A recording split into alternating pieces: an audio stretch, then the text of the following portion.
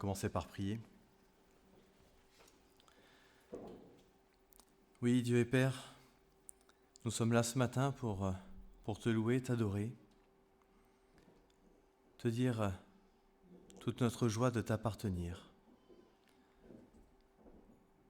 pour te dire merci pour le sang versé à la croix pour nous, et aussi pour entendre ta parole et la mettre en pratique. Amen.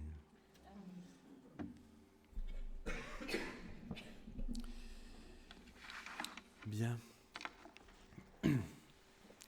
Alors ce matin, je voulais vous parler de la durée des temps. C'est un vaste sujet, dans tous les sens du terme, mais on va essayer d'aborder quelques petits aspects. Je dirais déjà dans Actes 17, verset 26, « Il a fait que tous les hommes, sortis d'un seul sang, habitassent sur toute la surface de la terre, ayant déterminé la durée des temps et les bornes de leur demeure. » Ayant déterminé la durée des temps et les bornes de leur demeure. Ecclésiaste 3, verset 11. « Il a fait toutes choses bonnes en son temps, même il a mis dans leur cœur la pensée de l'éternité, bien que l'homme ne puisse pas saisir l'œuvre que Dieu fait du commencement jusqu'à la fin. » Ces deux versets déjà nous montrent un peu la complexité du temps, de la durée des temps, de l'éternité. Et même si Dieu a mis la pensée de l'éternité dans notre cœur, nous ne pouvons pas saisir toute l'œuvre de Dieu. Cela nous dépasse tellement. Le psaume 90, verset 4 nous dit « Car 1000 ans sont à tes yeux comme le jour d'hier, quand il n'est plus, et comme la veille de la nuit. » Psaume 90, verset 4. Ou 2 Pierre 3, verset 8 nous dit sensiblement la même chose. « Devant le Seigneur, un jour est comme 1000 ans, et 1000 ans comme un jour. » Ces deux versets résument bien les choses. Dieu ne conçoit pas le temps comme nous. Ce qui nous semble une éternité n'est rien du tout pour Dieu. N'est-ce pas ? Je vous propose qu'on lise le psaume 93 et le psaume 39.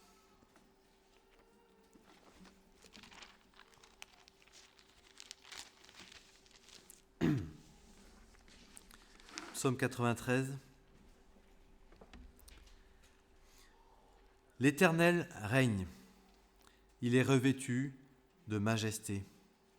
L'Éternel s'est revêtu, il s'est ceint de force. Aussi le monde est affermi, il ne sera pas ébranlé. Ton trône est établi dès longtemps, tu es dès l'éternité.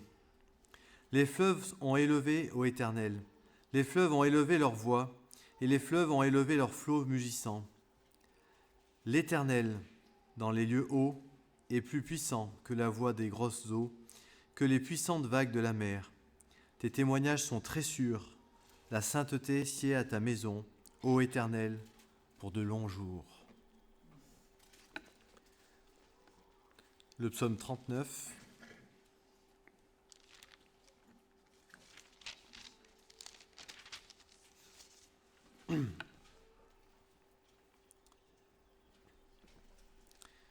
Psaume 39, au chef de musique, à Gédutum, psaume de David. J'ai dit, je prendrai garde à mes voix, afin que je ne pêche point par ma langue. Je garderai ma bouche avec une muselière, pendant que le méchant est au-devant de moi. J'ai été muet dans le silence, je me suis tu à l'égard du bien, ma douleur est excitée. Mon cœur s'est échauffé au-dedans de moi, dans ma méditation, le feu s'est allumé. J'ai parlé de ma langue. Éternel, fais-moi connaître ma fin, et la mesure de mes jours, ce qu'elle est. Je saurai combien je suis fragile. Voici, tu m'as donné des jours comme la largeur d'une main, et ma durée est comme un rien devant toi. Certainement, tout homme qui se tient debout n'est que vanité. Sheila. Certainement, l'homme se promène parmi ceux qui n'a que l'apparence. Certainement, il s'agite en vain, il amasse des biens, et il ne sait qui les recueillera. Et maintenant, qu'est-ce que j'attends, Seigneur ? Mon attente est en toi. Délivre-moi de toutes mes transgressions, me ne livre pas à l'opprobre de l'insensé. Je suis resté muet, je n'ai pas ouvert la bouche, car c'est toi qui l'as fait. Retire de dessus moi ta plaie, je suis consumé par les coups de ta main. Quand tu châties un homme, en le corrigeant à cause de l'iniquité, tu consumes comme la teigne sa beauté. Certainement, tout homme n'est que vanité, Sheila. Écoute ma prière, ô Éternel, et prête l'oreille à mon cri. Ne sois pas sourd à mes larmes, car je suis un étranger, un hôte chez toi, comme tous mes pères. Détourne tes regards de moi, et que je retrouve ma force avant que je m'en aille et que je ne sois plus. Ce psaume nous fait valoir combien le temps peut nous paraître long et difficile. Quand nous souffrons, quand on voit le méchant agir, et nous avons le désir, comme le psalmiste, comme David, de connaître la durée de notre temps. La durée de notre temps ici-bas. On a lu tout à l'heure que l'Éternel a fixé les bornes de notre temps, notre durée ici-bas. Et on aimerait bien des fois savoir quelles sont ces bornes, savoir combien de temps on va souffrir. Mais nous devrions plutôt être tournés vers l'éternité. Ce que nous passons ici est peu de choses. Ces choses qui peuvent nous paraître longues à vue humaine sont en fait rien du tout aux yeux de Dieu. Nous n'avons pas la même échelle. Je voudrais faire une petite comparaison pour comprendre un petit peu l'échelle. Quand on a un enfant, on a toujours l'impression que les journées durent très longtemps. Et à juste titre, parce qu'un enfant qui a 1 an, eh bien, une année, c'est 100% de sa vie. À 2 ans, une année, c'est déjà que 50% de sa vie. À 4 ans, ce ne sera plus qu'un quart de sa vie, 1 an. À 8 ans, 12%. À 16 ans, 6% de sa vie, une année. À 32 ans, 3%. À 64 ans, une année, c'est 1,5% de sa vie. À 120 ans, l'âge maximum théorique, 0,8% de notre vie, une année. Autrement dit, pas grand-chose. Et on peut comprendre quand les anciens nous disent que le temps passe très vite. Effectivement, une année, c'est pas grand-chose de leur vie à comparer aux jeunes qui, une année, c'est la moitié, un quart de leur vie. Ça compte beaucoup. Et si on continue comme ça, si on fait l'éternité, une année, c'est rien du tout. C'est du néant. Ça n'existe pas. Parce que diviser 1 an par l'infini, ça reste l'infini. 0, 0, 0, 0, 0, 0, 0, 0, 0, rien du tout. Alors comment pouvons-nous saisir cela ? L'éternité, certains vont dire, voilà, c'est long, on va s'ennuyer. Ou alors on peut se dire, comme les anciens, le temps passe très vite. On n'a pas le temps de faire les choses. Ou plus simplement, réellement, tout simplement, le temps n'existe pas.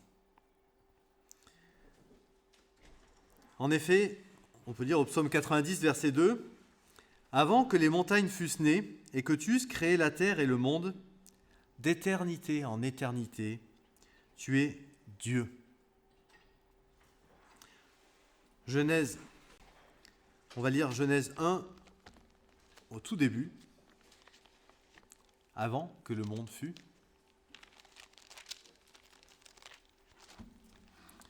Genèse 1, les 5 premiers versets.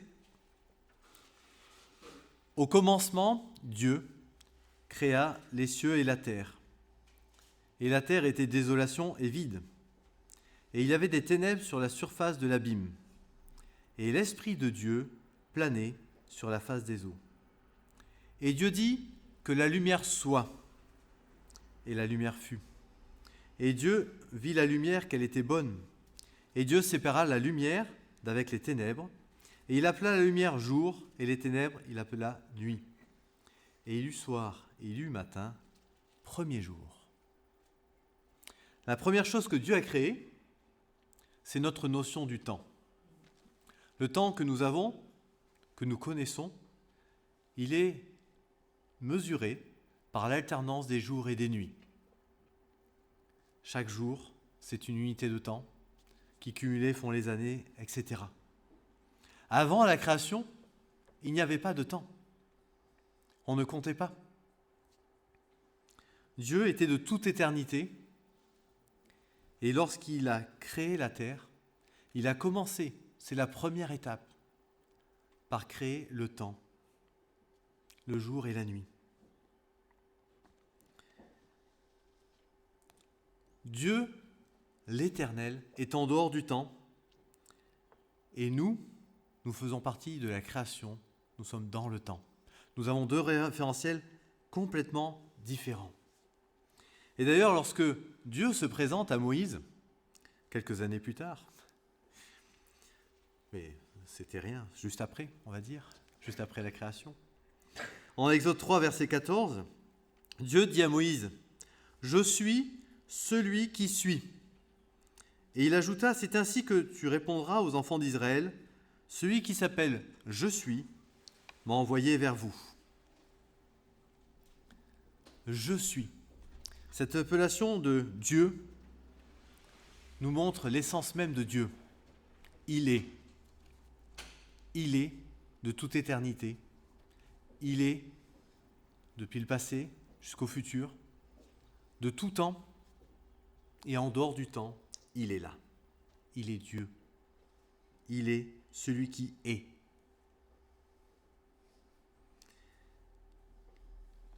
Nous ne pouvons pas comprendre cela parce que nous avons été créés.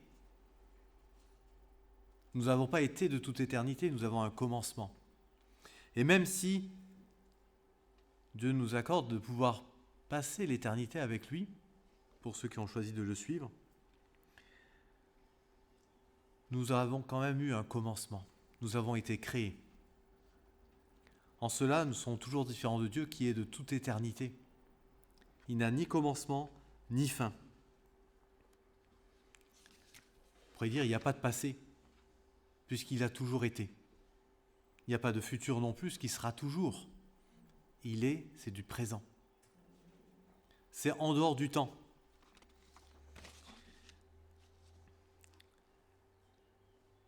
Et ces paroles de Dieu nous parlent de l'éternité, nous parlent de l'essence même de Dieu. Et en contemplant l'éternité de Dieu, en contemplant la création qui est en contraste avec l'éternité de Dieu, on peut essayer de se rendre compte des perfections invisibles de notre Dieu. Et d'ailleurs, c'est ce que dit l'apôtre Paul dans Romains 1, verset 20. Il nous dit, en effet, les perfections invisibles de Dieu, sa puissance éternelle et sa divinité se voient comme à l'œil depuis la création du monde, quand on les considère dans ses ouvrages. Ils sont donc inexcusables. Les perfections invisibles de Dieu se voient comme à l'œil nu. Ce Dieu si grand, si puissant, on le chante parfois, que rien ne peut le contenir. David disait que le temple et tout ça ne pouvait pas contenir Dieu. Il est partout. Il n'était pas juste à s'installer présent dans le temple, il est de toute éternité. Il est celui qui est. Je suis celui qui suis, nous a-t-il dit.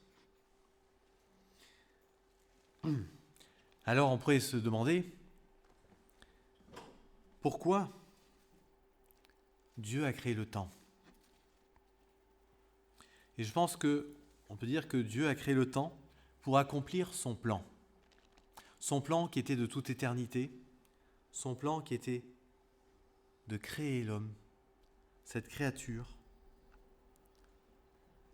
Son plan qui était de sauver cet homme. Il l'a créé libre et il lui a donné l'opportunité de revenir à lui. La Bible nous parle de l'éternité. Elle nous parle du plan de Dieu. Et le plan de Dieu, c'est que le temps est là pour préparer l'épouse de Christ. Il nous est dit que le Seigneur est patient. S'il ne revient pas maintenant, c'est justement pour qu'on ait le temps de préparer cette épouse, qu'elle soit plus nombreuse, qu'elle soit belle, pure, sainte et irréprochable. Et dans ce petit espace de temps, nous avons notre place ici-bas. Notre place parce que nous faisons partie de ce plan de Dieu. Et nous sommes invités aussi à faire partie de ce plan de Dieu en étant acteurs. Mais toujours tournés vers l'éternité, vers le salut par grâce. L'autre jour, je relisais dans l'évangile de Jean le passage de Thomas qui voit le Seigneur après une absence de quelques jours, on va dire. En Jean 20,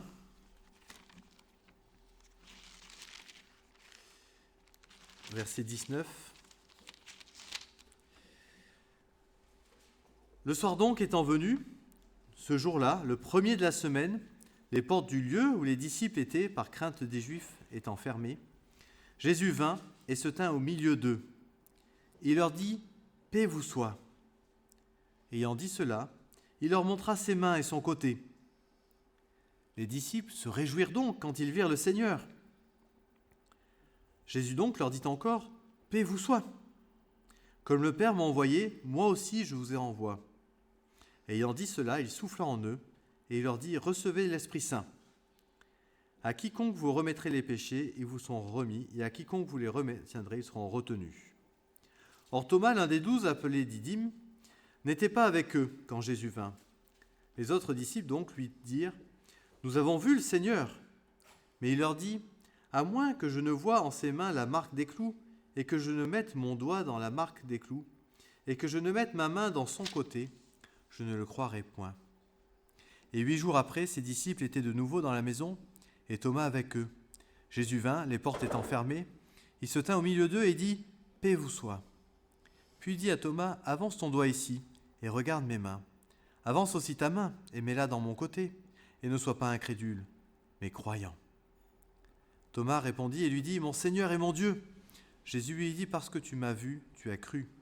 Bienheureux ceux qui n'ont point vu et qui ont cru. » Il y a une chose qui m'a frappé, c'est que lorsqu'on retrouve quelqu'un, après une longue période, eh bien, le premier réflexe n'est généralement pas d'aller au point de douleur, au point qui a amené la séparation. Mais le Seigneur, lorsqu'il se présente, la première chose qu'il montre, c'est ses mains et son côté percé. Ses disciples étaient fous de joie à l'idée de le revoir, lui. Mais le Seigneur, il leur montre une chose. Ce qui est important, ce n'est pas de le revoir, lui. Ce qui est important, c'est les traces indélébiles qu'il a sur les mains et sur son côté percé.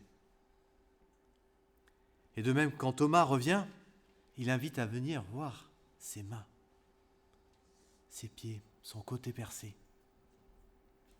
Ce sacrifice à la croix, qui est l'accomplissement du plan de Dieu.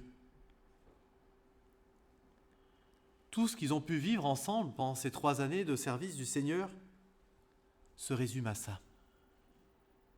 Le Seigneur ne vient pas leur rappeler toutes ces années qu'ils ont passées ensemble, ces 3 années. Il vient leur rappeler l'aboutissement du plan de Dieu, ses mains et ses pieds percés, son côté, qui a coulé son sang.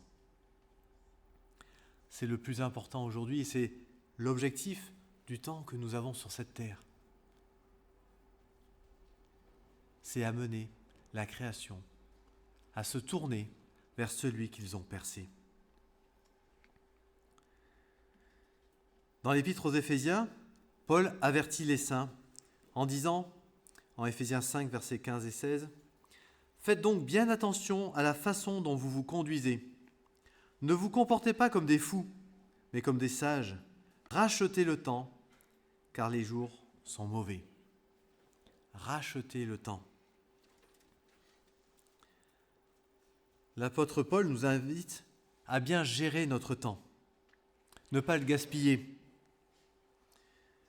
En effet, le Seigneur nous a dit que la moisson est grande et qu'il y a trop peu d'ouvriers pour moissonner. Et quand la moisson vient là, c'est le temps de la moisson en ce moment, on n'est pas trop une région de moisson, mais on est une région de vendange, ça va arriver bientôt après. Mais le temps des moissons, quand c'est là, il faut vite moissonner. Parce que si les pluies arrivent après, la moisson elle va être fichue, elle va pourrir sur pied. La fenêtre de tir est très courte. Et il faut travailler d'arrache-pied.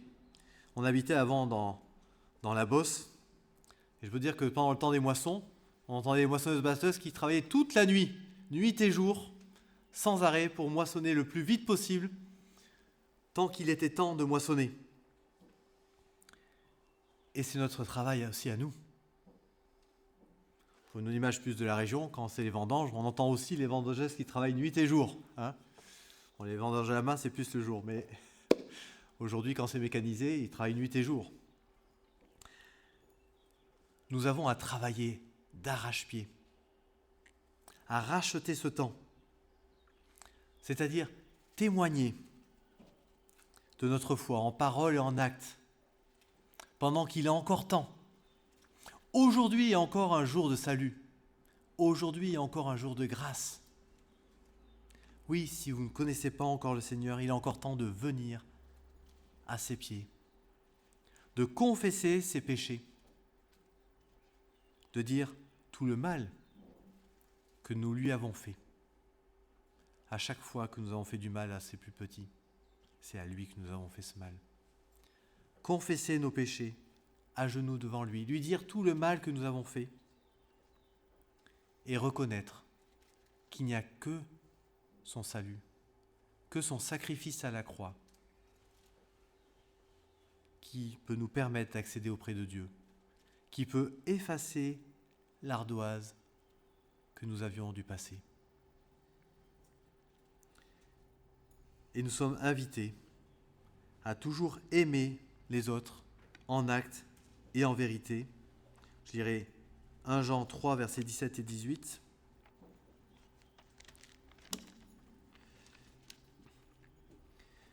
Mais celui qui a les biens de ce monde et qui voit son frère dans le besoin et qui lui ferme ses entrailles, comment l'amour de Dieu demeure-t-il en lui ? Enfants, n'aimons pas en parole ni en langue, mais en action et en vérité. Le temps est très court et nous ne sommes pas invités à la paresse. Nous sommes invités à travailler pour l'œuvre du Seigneur. Ça ne veut pas dire que nous ne devons pas travailler ou pas avoir de loisirs ou pas avoir de temps de repos. Il est important aussi d'avoir des temps de repos pour être auprès du Seigneur.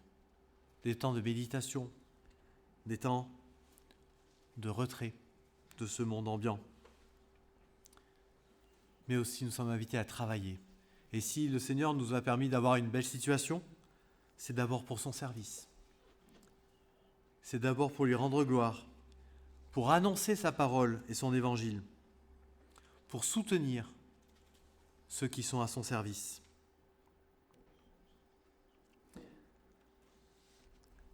La mise en œuvre du plan de Dieu prend des siècles, des millénaires même, ça en fait 2. Mais chaque chrétien, à son échelle infinitésimale, puisque nous sommes rien sur cette terre, qu'une poussière de temps, le temps d'hier quand il est passé, on dit rien du tout. certes à une toute petite échelle, mais néanmoins un maillon important. Un maillon important parce que c'est le Seigneur lui-même qui a choisi de nous utiliser à son service. Nous qui ne sommes rien, nous qui ne méritons rien, il nous a choisis pour être à son service. Ayons conscience de l'importance de ce plan.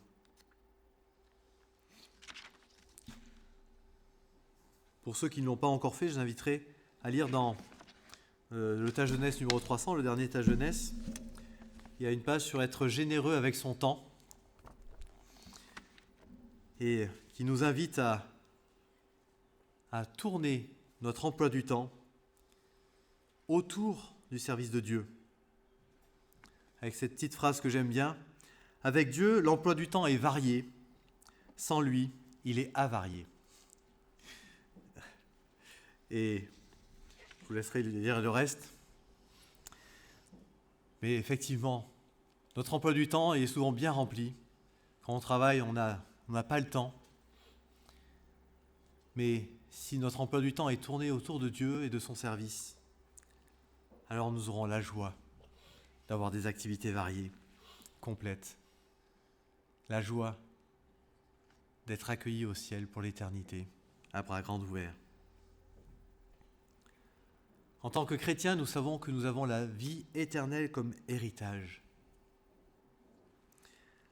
Apprenons donc à ne plus regarder l'échelle du temps que nous inculque la vie humaine, qui nous donne l'impression que cela nous pousse à l'activité, mais regardons l'échelle divine, regardons l'éternité, et cette notion de temps va disparaître. Chaque année qui passe ne nous rapproche pas de la fin, puisque nous n'aurons plus de fin. Elle nous mène plus loin dans l'expérience de la vie, en communion avec l'Esprit de Dieu, dans l'aventure glorieuse d'appartenir au corps de Christ. Ainsi, le temps qui passe ne compte pas sur nous, la durée des temps, c'est l'éternité. Amen.